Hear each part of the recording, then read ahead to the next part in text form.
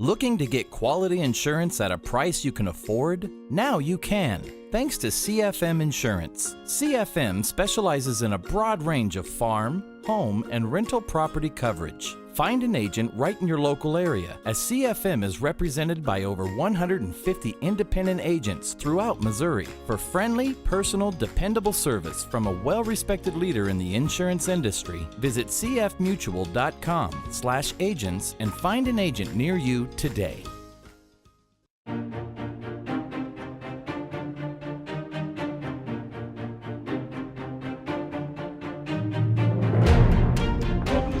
Politics, Labor Day before the general election edition, and we're joined by the Missouri State Treasurer, Eric Schmidt. Welcome back to the show. It is great to be back. Always nice to have you on. You were on our very first episode. The very first one, after several people declined. Yeah, it was a check down, but we appreciate even more. Thank you. Speaking of checks, tell me about this thing. I've seen it in the news. I'm sure folks have read about it. What is a Show Me Checkbook? So Show Me Checkbook is this one-stop shop online portal now for all things state spending, liabilities, payroll, all that stuff. And I think what we did is you look at it from the perspective, the taxpayers deserve to know how their money is being spent.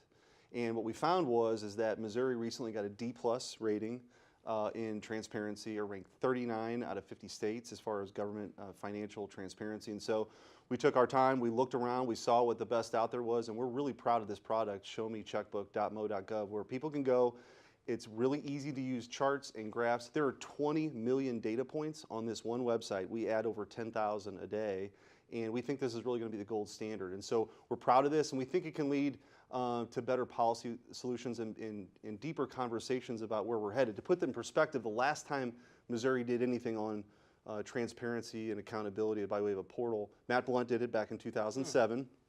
But if you put that in perspective, Netflix was still delivering DVDs by mail. Okay, so I used to get some of those. That's right. So a lot's changed, and we had a lot of room for improvement. So this is having accountability, making sure people know how their money is being spent is important. You can do vendor by vendor kind of search, but you can also see trend lines. For example, you can see that our unfunded liabilities by way of pensions has skyrocketed in the last several years. We're 60% You've been calling funded. attention to that. Yeah, and I think it's just something that not a lot of people are aware of. And to put that in real terms, that's a $3,000 credit card bill every Missourian has because of that. Let me ask you a question, though. You've been in the Senate. You know what a budget process is like. You want to fund things now, and you're there for 8 years, so it's probably not your problem. How do you go reach out to a legislator that's in that appropriations process and explain to them in a way that could actually get them to do something about it? Well, part of the problem, Scott, honestly, was the people who within Mosers had hid this cost really from the legislature and taxpayers by assuming a higher rate of return than was reasonable, 8.5%. And then when you miss that, they ain't working for the government if they're getting 8.5%. Right. So you miss that target year in, year out. Guess what happens? You go from being 100% funded in 2000 to 60% funded now. So we made some internal changes on that Mosers board. I'm the only statewide on that Mosers, which is the state pension board. We made some internal changes. We've brought those expectations more in line with reality, which will make that pension system more solvent moving forward. And then we can have that conversation with legislators about how important it is to not kick that can down the road, because that's exactly what's been happening. We have a budget chairman in the House who's very serious about it. I don't think he's the type that would stop and reevaluate. Are state workers aware of that? I don't think so. Right? I don't think so, because look, I think for a long time people didn't want to face the facts, and so my job now is, as the state CFO and a watchdog for taxpayers, is to be a truth teller on this, and this is just the truth. The ramifications are significant. You cannot go down into the death spiral that a state like Illinois is. Yeah. And we did this thing last year with hashtag Don't Be Like Illinois. It's a pretty good policy advice for pretty much anything. In the shadow of the Eads Bridge. But really, truthfully, the reason why they're raising taxes now, Illinois, which is a short-term fix, to the long-term problems they have, which are really related to their pensions, and so they have not addressed the structural deficiencies, which is leading bad policy decisions in a bunch of different areas. It seems like there's more people interacting with the Treasurer's office. Have you seen that since you came in? I mean, you're very public. You talk about something like Mobucks. I saw your family at the State Fair. Yeah. It feels like there's an energy in that office and maybe more of a public interaction than we've seen in a while. Well, it's an important, if you think of the statewide offices, there's only 6 of them. It acts sort of like a board of directors, and I think my job as state treasurer is to get around the state, to visit with people, find out what's important, and make a bigger part of our state portfolio investing in Main Street. It's one of the things we talked about in the campaign. We're actually doing it. We were at the State Fair talking about the success we've had with Missouri First, which is They started a long time ago with Wendell Bailey called Mobucks, but we've seen tremendous growth in that. And what's really important is that's providing economic opportunity to a lot of farmers and ranchers and small businesses where all the jobs are, 90% of the jobs are related to small business. And so anything that we can do on that front, anything we can do with transparency, anything we can do to rebuilding trust in state government is really important job. At the end of the day, we are temporary custodians of these really important offices. And I think if you approach the office with that kind of humility and with some energy, you can have a lot of fun with it too. Seeing you in many, many parts of the state, Portageville even this weekend for Delta Days. You get to talk to Missourians in a different way. Tell me how Josh Hawley's doing. You've been an out front supporter of his from the beginning. Yeah, he's doing great, and he's going to win. And we're now approaching, post Labor Day. The general election comes into more focus here, and I think as I get around the state, what people are really concerned about is Claire McCaskill's really been out of touch with Missouri. I mean, voting against, being the deciding vote on Obamacare, which is incredibly unpopular in Missouri, voting against tax relief and tax cuts for middle-class Missourians. And then her record with conservative judges has been abysmal. And so I think you contrast that with Josh Hawley, who has a lot of energy, and I think will represent Missouri in a way that we deserve to be represented in the Missouri Senate. So I think he wins. All those things aside, she's a great politician. She speaks in the cadence and the temperance when she's in Missouri, like most Missourians do, probably better than anybody else. She's had a lot of experience doing it. However, it looked like he had a lot on his plate this year. He comes out of July, it kind of felt like he was getting his legs under him. I think heading into Labor Day, he's had some pretty good weeks. Absolutely. I mean, the Farm Bureau mistake she made. Then you look at, I believe the issue about the pulpit and how preachers can talk and not jeopardize their tax exempt status, I bet you that plays well in Texas County. Yeah, and look, the reality is Missouri is a state where people want to know you care about them, right? The average folks who are working really, really hard. And so when you get to an issue like tax reform, I mean, I spent some time in D.C. working and talking to the folks in Congress about what that meant for Missouri. You have to be able to understand how important that is for people, the fact that they're going to have more of their own money now. And she was on the wrong side of that issue. Josh Hawley's on the right side of that issue. I think that's a big important factor. And the other thing that I wouldn't discount is with the hearings coming up this coming week with Judge Kavanaugh, that is something that matters a lot. The future of the country and the really important role. Think she votes for him?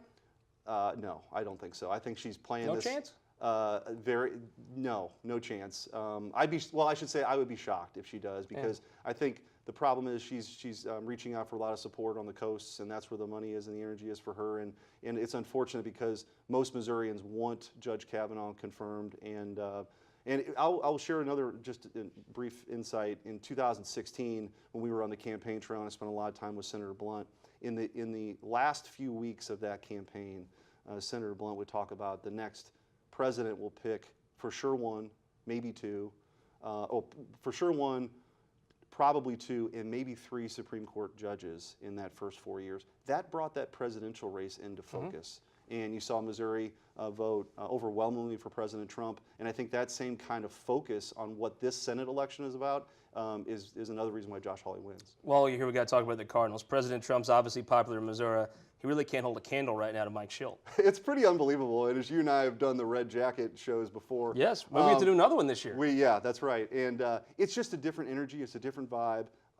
What I think is great is it's an exciting brand of baseball. It's not just stealing bases. It's putting runners in motion. It's not going station to station.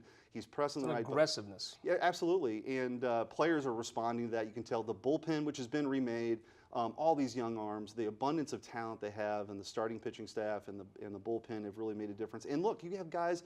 O'Neill and Bader is an exciting player. Yeah. I mean, the future is now, and it's exciting because they're definitely on a roll. Well, they've struggled for a while, but I think part of it is they like Tommy Pham. They traded their best player from last year. They got rid of their closer they signed for $14 million.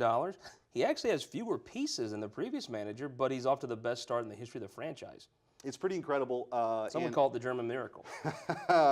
Last name like Schmidt, who I'm not going to argue with that. But no, he's done an incredible job with this team. I think they respect him.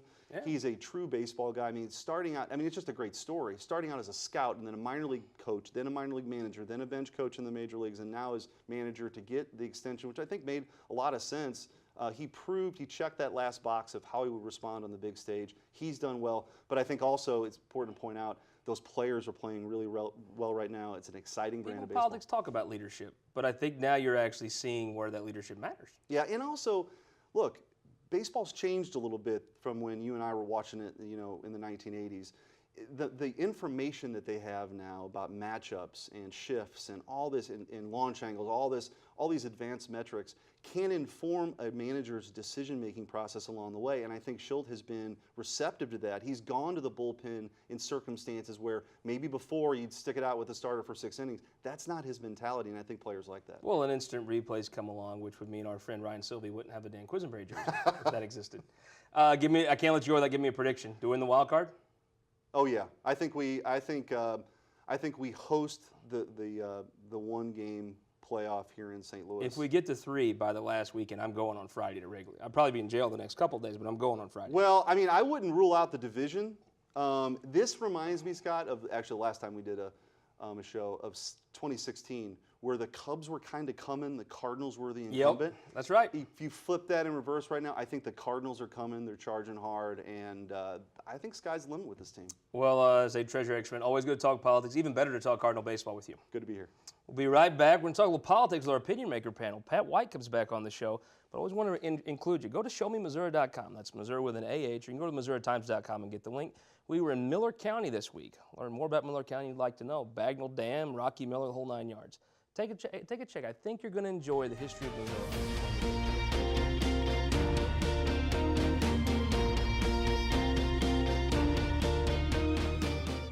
In my state of Oklahoma, since it's become a right-to-work state, we've lost tens of thousands of jobs, and wages have gone down. I lost my job of 36 years. Census Bureau and U.S. Department of Labor reports show that in right-to-work states, families make over $8,700 less per year, but CEOs make 361 times the average worker. Prop A in Missouri is not what they're trying to sell you. All across Missouri, our new car and truck dealers are building strong local economies. When you buy a car or truck in Missouri, you're helping to support over 20,000 Missouri families who rely on the auto industry for good-paying local jobs. You're also helping fund our communities, schools, first responders, and our roads, because dealers generate millions of dollars in tax revenue. Missouri's automobile dealers have been the foundation of our communities for generations and for generations to come. The Missouri Automobile Dealers Association, the heart of Missouri. Looking to get quality insurance at a price you can afford? Now you can, thanks to CFM Insurance. Select from our broad range of farm, home, and rental property coverage. Find an agent right in your local area, as CFM is represented by a network of 200 independent agencies throughout Missouri. For personal and dependable service from a company with a history of insuring the families of Missouri that dates back to 1869, visit WeInsureMissouri.com and find an agent near you today. At Ameren, Missouri, we know what light can do. It draws people together and chases monsters away. And if you shine it in the right direction, it will light the path for the next generation, showing them what their tomorrow could look like, and spotlighting the possibilities that lay in front of them. Investing in our community by lighting the way forward. That's energy at work. Ameren, Missouri. Welcome back this week in Missouri Politics. We're going to talk politics now with our opinion maker panel. Representative Stephen Roberts, rising star in the Democratic Party. Welcome back. Glad to be here. Our favorite folks from Boone County, the old bull of the house. Welcome back, sir. Chris Kelly. I'm happy to be here. Joel Lakin, now that John Lambie's retired, best hair in Republican politics. Welcome back, sir. Congratulations. I don't think you've been here since you become a father. That's correct. Thank you so much. You're going to raise him a Cardinal fan, right? I don't believe so. Pat White, head of the St. Louis Labor Council. You're a happy guy right now. Congratulations belatedly. It's great to be back with good news. Exactly. Let's talk about this U.S. Senate race. Now, it is my feel that McCaskill, best politician in the state, she always outkicks her coverage. However, a couple mistakes here a little bit. The Farm Bureau mess up. Now you've got an issue that we've even talked about. Josh Hawley has decided to make an issue out of churches not being able to talk about politics actually behind the pulpit. If you're from Southeast Missouri, you probably don't know that's even a law, but it is. Yeah, I honestly feel it's going to hurt Hawley. I want to know who Hawley is. I mean, this is the guy that said he wasn't going to be a ladder climber, and he's at the gym, and he was living in Columbia and wasn't living in Columbia. And Claire's out there doing these, town halls, 50 of them, I think, and the other senator did 0. So I guess my thing is, I think we differ in opinion on this. I think it's going to hurt him because I tell you what, I go to church. I'm a Catholic. I go to church. I don't want to say every Sunday because the Monsignor watching will probably get mad at me. But I can tell you I go probably more than not, and I would not want to sit there and listen to politics when I'm there to pray. So I think it's going to hurt them, especially in the urban areas. But that's just my opinion on it. Joe Leggett, I felt like Josh Hawley's been coming on pretty strong, really before the primary, but certainly since the primary. I'm not sure there's many weeks he wouldn't say, okay, I had a good week this week. I actually think this is an issue that helps him. I think that for everybody that's turned off, they might not have been his voter anyway. There may be more voters that might not have voted. If he can get them excited about this, that's a way I think it's a net positive.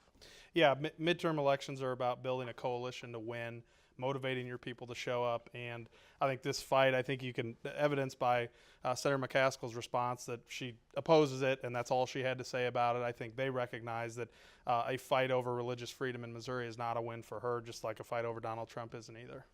Representative, I think it's an interesting thing. You serve with people all across the state. You're somebody that's taken the legislature very well.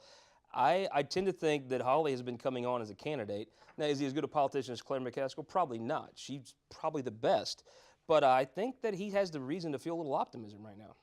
I think he maybe feels some optimism, but I wouldn't ever underestimate Claire. You know, she's just such an experienced stateswoman. She's putting the work in, especially touring the state right now. I think she's going to be able to pull it off. Chris Kelly, you've observed Claire McCaskill win a lot of elections. To me, it looks like that the times are different. Obviously, this is a unique environment, probably in American history right now with the president, everything going on. I do think Hawley's had a few good weeks in a row, though. If you look at these folks in terms of aspirations, Josh Hawley's aspiration is to communicate about far-right philosophical perspectives. That's what he'd like to do. Claire McCaskill's aspiration is now, and always has been, to be a representative for the people of Missouri.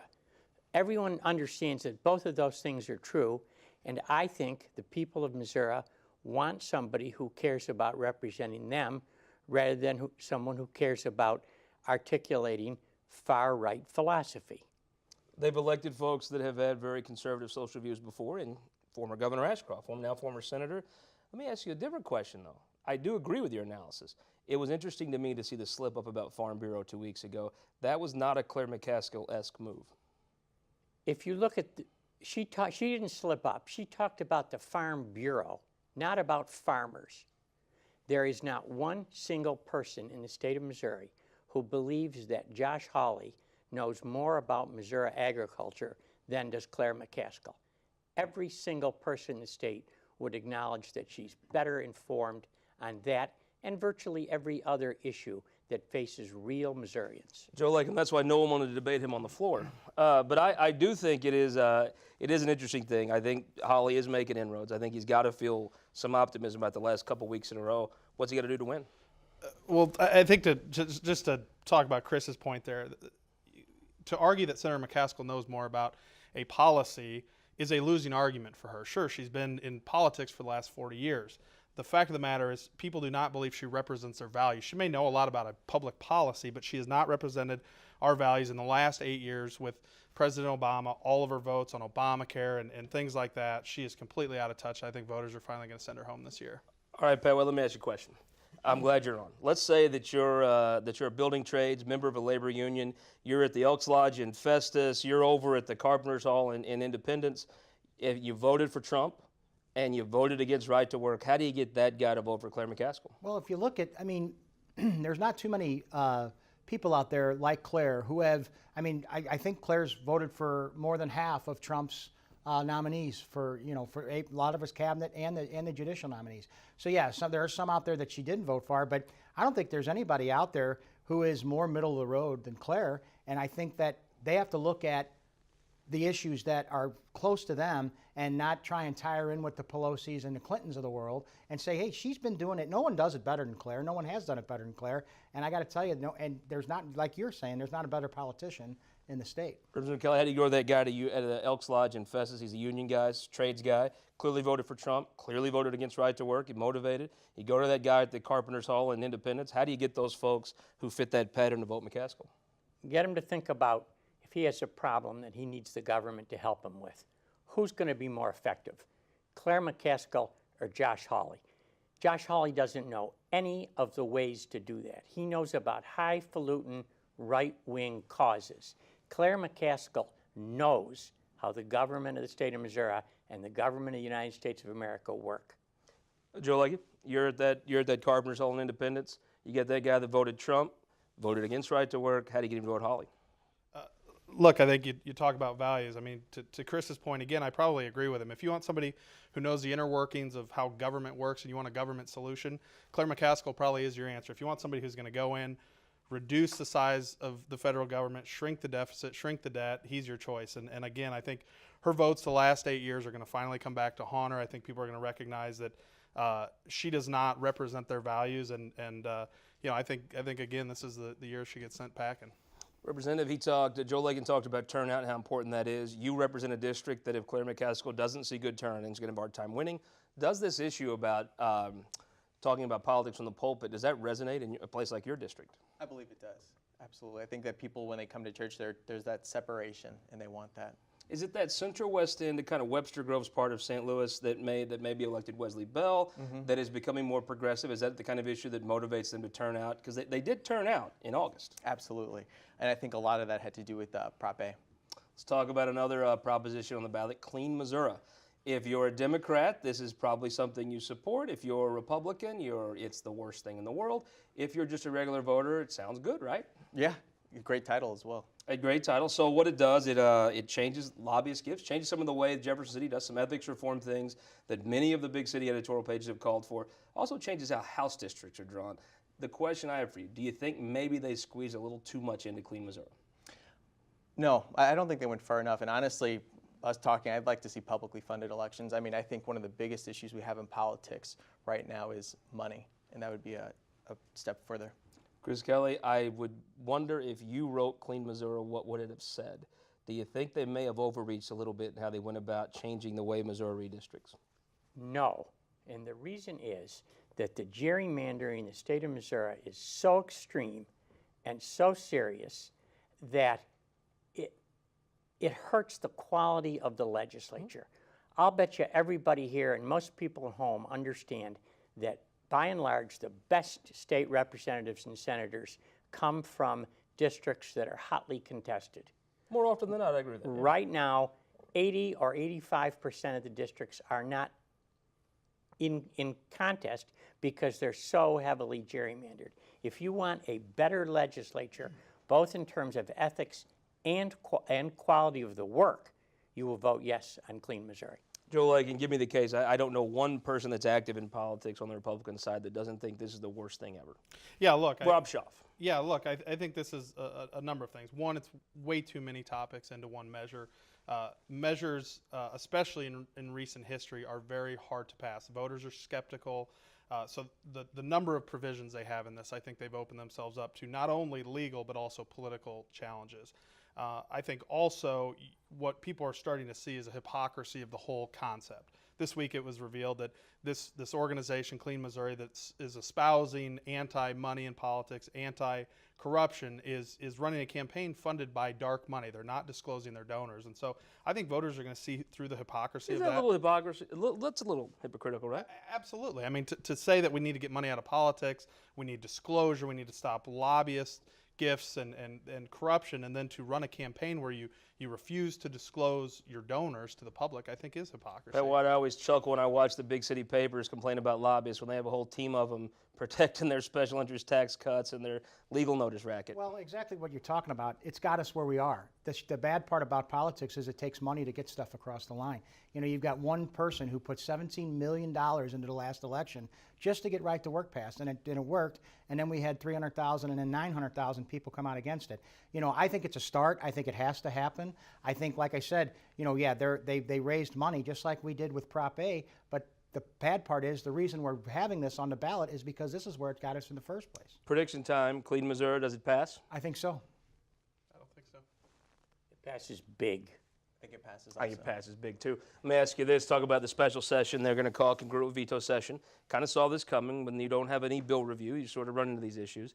But if they include Clean Missouri in that seems like a whole dynamic set up for a problem. Rob Schaaf's a Republican who's for it. No Democrat would be interested in sitting down on it. Then you run into how the assistant floor leader, who I assume will run the floor, he's running for pro tem against 3 other senators. How do you really move that through the Senate right now? I mean, the House, I assume, passes it quickly, but the Senate, you really have an interesting dynamic if you add Clean Missouri to the special session. Yeah, I think so. But again, I think if you look back, you have seen first of all, I think Clean Missouri has a number of duplicative provisions. They're solutions in search of a problem. So you're saying they can clean Missouri but leave Missouri alone? Well, yeah, that's right. But yeah, look, there's challenges. But again, the legislature has moved on a lot of these ethics reforms. A lot of them have gotten done. I think the measure's duplicative, and I think if the legislature doesn't do it, I do think the voters are going to come out and ultimately, with a sustained campaign, financially supported, I think it can be defeated. The Senate, as it stands right now, the Republicans are -1. Senator Kehoe's now Lieutenant Governor Kehoe. Lauren Arthur won a seat. Interesting to me to see if they can push this through. It would be an interesting dynamic in Jefferson City. Rob Schaaf is not going to let this pass the Senate.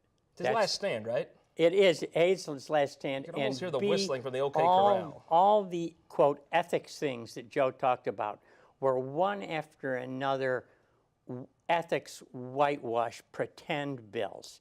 They're having a frantic panic attack because real ethics might come to the Missouri legislature, and they're terrified that it'll happen, thus the special session. So the 2 things we know are in special session right now as we tape this show, STEM and drug treatments. It looks like these came from a governor, the previous governor, just not doing bill review and signing a bunch of bills a few hours after the legislature adjourned. Right, and I'm kind of torn because I'm typically opposed to special sessions. I think we should get those things done and not put this burden on the Missouri taxpayer. But I like both of these bills. They're both bills I supported. Drug courts are important, and especially more opportunities for students to get involved with STEM education. With a minute left, who won the week? Governor Parsons getting everyone to come together without most likely not having to do a veto override. Who won the week? I know who won the year. It is Jay Barnes and Gina Mitten. She doesn't get enough credit, does she? Jay was the chairman of the committee that studied the Greitens issue, and Gina was the ranking Democrat, and together they demonstrated to the state of Missouri that it's possible to behave in a professional, ethical, and excellent legislative way. I don't know that she gets enough credit for the legitimacy she lent into that Two process. of them, under Jay's leadership, put that together and really set a model for ethical and professional behavior. Who won the week? I've got to say Speaker Richardson. This week, dozens of bills became law in the state. I think it's a capstone to an incredible career passing really every major conservative reform that voters have wanted Republican majorities to pass. So I think hats off Leaves to him. office maybe the most honorable man to ever hold the job. He's incredible, absolutely. Who won the week? Working men and women. We're going to take the win for a few weeks, especially Labor Day being Monday, and I don't think that win's going to go away for a while. Folks can find you at the parade route tomorrow, right? Absolutely. Olive and 14th, I'll be right there. I'm going to say who won the week is Drew Urban, the state's COO. The merit-based system that he was kind of the mastermind of is in law now. Very nice editorial in Jefferson News Tribune by Lieutenant Governor and Governor Parson. We'll see who won the week. We hope you'll all win the week next week by joining us on This Week in Missouri Politics. This Week in Missouri Politics, sponsored by CFM Insurance, the Missouri Association of Career Fire Protection Districts, Spire, and Sterling Bank.